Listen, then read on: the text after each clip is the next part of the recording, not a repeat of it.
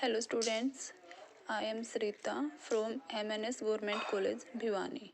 आज हम करेंगे ऑर्गेनोमेटालिक कंपाउंड्स।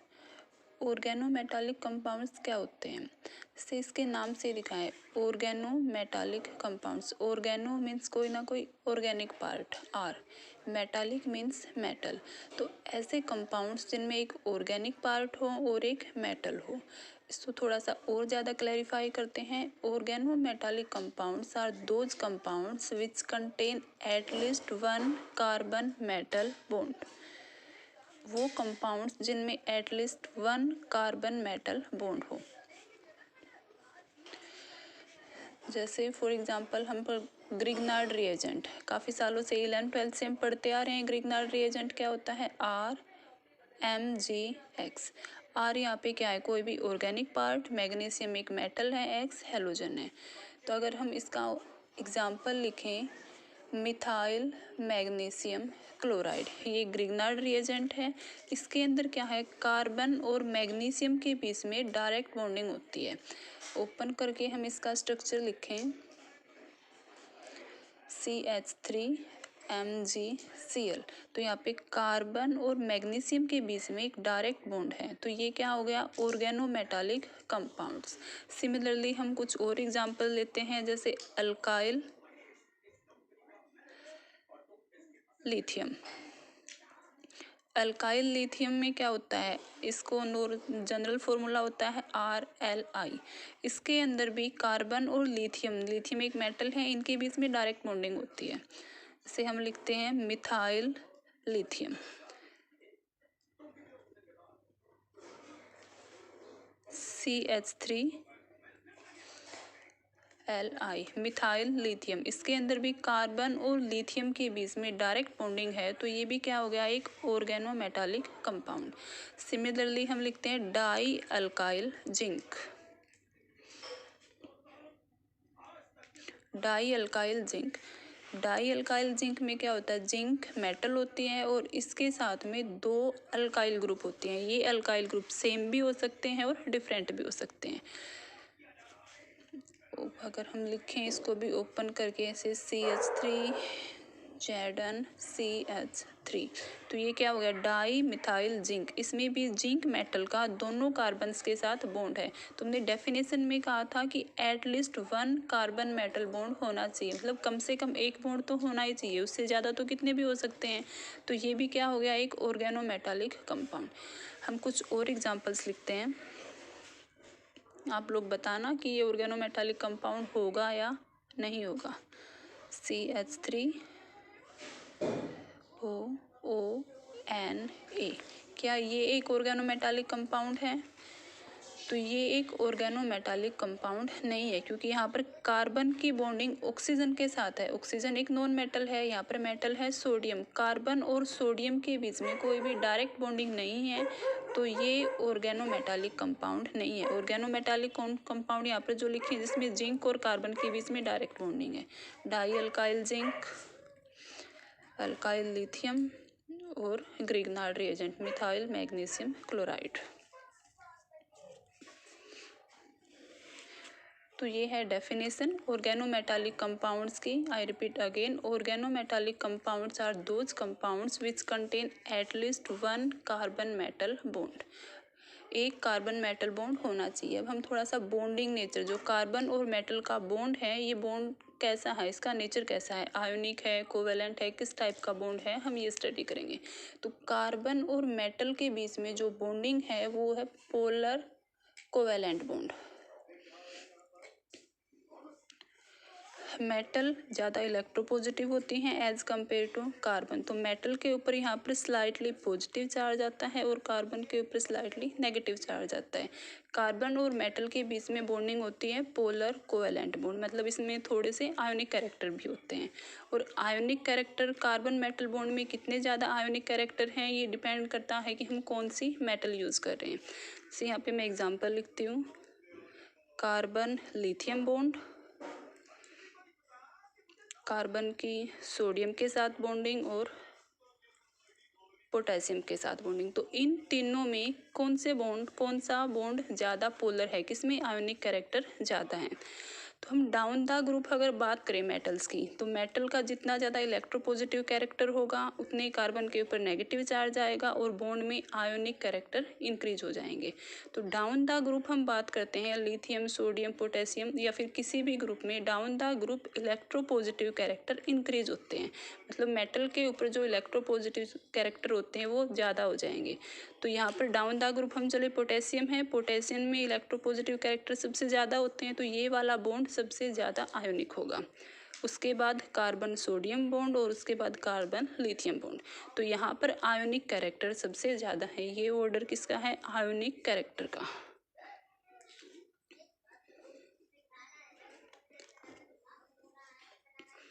अब जो आयोनिक कैरेक्टर है इसी पर डिपेंड करती है ऑर्गेनोमेटालिक कंपाउंड्स की रिएक्टिविटी। ऑर्गेनोमेटालिक कंपाउंड्स काफ़ी ज़्यादा रिएक्टिव होते हैं और इनकी रिएक्टिविटी भी इंक्रीज होती है with increase in ionic character. जितने ज़्यादा आयोनिक कैरेक्टर होंगे, मतलब कार्बन और जैसे कोई भी मेटल है, हम पोटेशियम लेके चल रहे हैं, कार्बन और पोटेशियम के बीच में बॉन्ड जितना ज़्यादा आयोनिक होगा, पोटेशियम के ऊपर उतना ही ज़्यादा पॉजिटिव चार्ज आएगा और कार्बन पे उतना ही ज़्यादा नेगेटिव चार्ज आएगा और ये बॉन्ड इजीली ब्रेक हो जाएगा। तो जितने ज़्यादा आयोनिक कैरेक्टर होंगे उतना ही रिएक्टिविटी ऑर्डर भी सेम होगा। ये तो हमने बात की है down the group. Down the group हम जा रहे हैं तो ऑर्गेनोमेटालिक कंपाउंड्स में आयोनिक कैरेक्टर इंक्रीज हो रहे हैं, रिएक्टिविटी भी इंक्रीज हो रही है। अगर सेम हम बात करें along the period, along the period first हम लेके चलते हैं carbon lithium bond, carbon beryllium bond, या तो कुछ और एग्जांपल लेते हैं, कार्बन सोडियम, कार्बन मैग्नीशियम और कार्बन एल्यूमिनियम। यहाँ पर हम बात करें along the period, electronegative character increase होते हैं। इलेक्ट्रोनेगेटिव कैरेक्टर इंक्रीज होने का मतलब इसका रिवर्स अगर हम लेके चलें तो इलेक्ट्रोपॉजिटिव कैरेक्टर डिक्रीज होंगे यहाँ पे। तो इलेक्ट्रोपॉजिटिव कैरेक्टर डिक्रीज होते ही क्या हो जाएगा? आयोनिक ऑर्डर रिवर्स हो जाएगा। कार्बन लिथियम बॉन्ड में आयोनिक कैरेक्टर ज़्यादा होंगे और कार्बन बेरिलियम में कम होंगे। सिमिलरली यहाँ पर हम बात करें, कार्बन सोडियम का बॉन्ड है सबसे ज़्यादा आयोनिक होगा, आफ्टर दैट कार्बन मैग्नीशियम और फिर कार्बन एल्यूमिनियम, और यही फिर इनका रिएक्टिविटी ऑर्डर होगा। जो ऑर्गेनिक कंपाउंड्स में कार्बन और सोडियम का बॉन्ड है वो कंपाउंड सबसे ज़्यादा रिएक्टिव होंगे, फिर कार्बन मैग्नीशियम बॉन्ड और after that carbon aluminium bond. ये है इनका रिएक्टिविटी ऑर्डर। तो यहाँ पर इस चैप्टर में हम पढ़ेंगे 3 टाइप्स के ऑर्गेनोमेटालिक कंपाउंड्स। एक हम ग्रिग्नार्ड रिएजेंट करेंगे, सेकंड हम पढ़ेंगे अल्काइल लिथियम, जो ऊपर मैंने एग्जाम्पल दिए हैं इन तीनों के, और थर्ड वन हम करेंगे डाई अल्काइल जिंक या organozinc, die alkyl zinc compound, या फिर इसको हम बोलते हैं organozinc compound. Similarly alkyl lithium को हम बोल सकते हैं ऑर्गेनो लिथियम कंपाउंड, और ग्रिग्नार्ड रिएजेंट को हम क्या बोलेंगे? ऑर्गेनो मैग्नीशियम हैलाइड या ऑर्गेनो मैग्नीशियम कंपाउंड्स। तो यहाँ पर हम शुरुआत करते हैं सबसे पहले ग्रिग्नार्ड रिएजेंट से।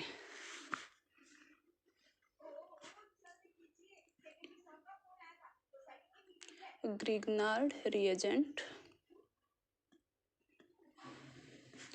ग्रिग्नार्ड रिएजेंट का फॉर्मूला आप सभी को पता है, RMgX। R कोई भी ऑर्गेनिक पार्ट होगा, मैग्नीशियम और एनी हैलोजन। तो ग्रिग्नार्ड रिएजेंट में जो भी R ग्रुप है वो क्या हो सकता है? कोई अल्काइल ग्रुप हो सकता है, अराइल ग्रुप हो सकता है, या फिर अल्किनाइल हो सकता है। अल्किनाइल जिसमें डबल बॉन्ड हो, जिसमें अल्कीन्स आ जाएं, या फिर अल्काइनाइल हो सकता है जिसमें ट्रिपल बॉन्ड्स हो, अल्काइन हो।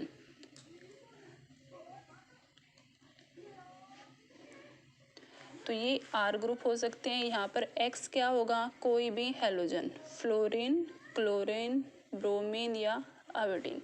एक और बात यहाँ पे है, जो भी ग्रिग्नार्ड रिएजेंट हैं उनमें सिर्फ ये वाले तीनों हैलोजेंस ही होते हैं। थ्योरेटिकली तो हम बोल सकते हैं कि यहाँ फ्लोरीन भी हो सकता है, बट एक्सपेरिमेंटली प्रैक्टिकली कोई भी ग्रिग्नार्ड रिएजेंट, फ्लोराइड का ग्रिग्नार्ड रिएजेंट एग्जिस्ट नहीं करता। ये वाले कंपाउंड्स प्रैक्टिकली नोन नहीं हैं।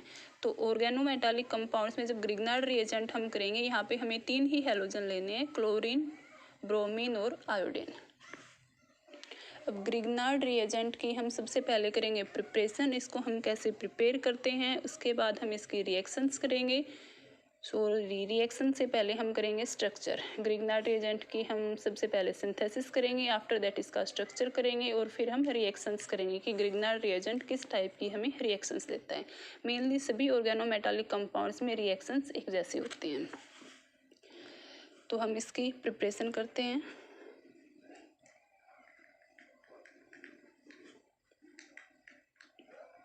प्रिपरेशन कैसे करेंगे? ग्रिग्नार्ड रिएजेंट को हम प्रिपेयर करेंगे अल्काइल हैलाइड से। कोई भी एक अल्काइल हैलाइड ले लेंगे हम, जनरल बता रही हूँ मैं, अल्काइल हैलाइड हमने लिया। इसकी हम रिएक्शन करवाएंगे मैग्नीशियम मेटल से।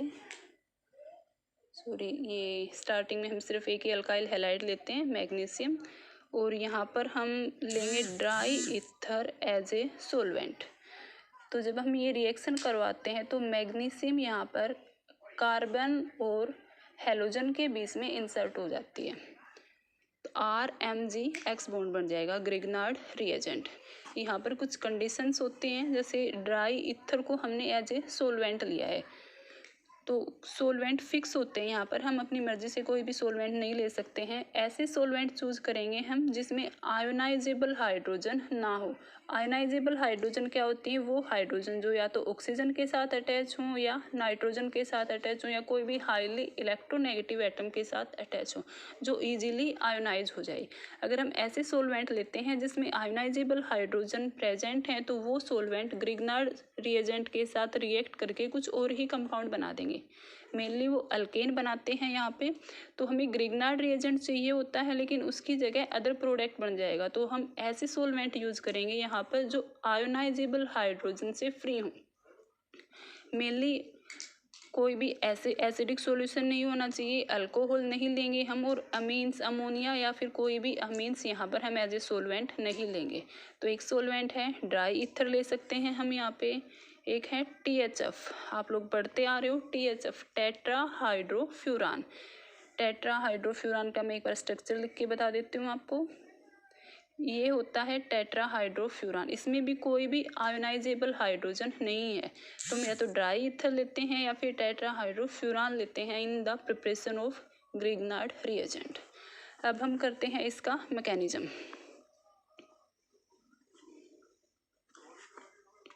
मैकेनिज्म में हम क्या लेंगे? 2 मॉलिक्यूल्स लेंगे अल्काइल हैलाइड के और मैग्नीशियम मेटल लेंगे। जब हम इनकी रिएक्शन करवाते हैं तो यहाँ पर एक अल्केन बन जाएगा, दोनों R ग्रुप आपस में ही बॉन्ड बना लेंगे, साथ में बनेगा magnesium dihalide. Second step में क्या होगा?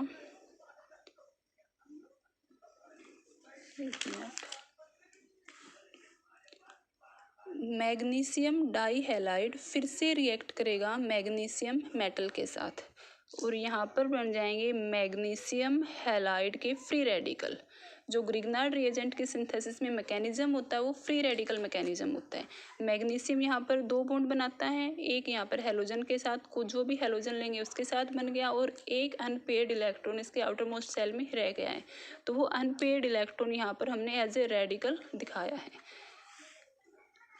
इसके 2 मॉलिक्यूल्स बनेंगे अगर हम इस रिएक्शंस को बैलेंस करते हैं। थर्ड स्टेप में क्या होगा? ये मैग्नीशियम हैलाइड का जो फ्री रेडिकल बना है, एक फ्री रेडिकल रिएक्ट करेगा अगेन अल्काइल हैलाइड के अनदर मॉलिक्यूल के साथ।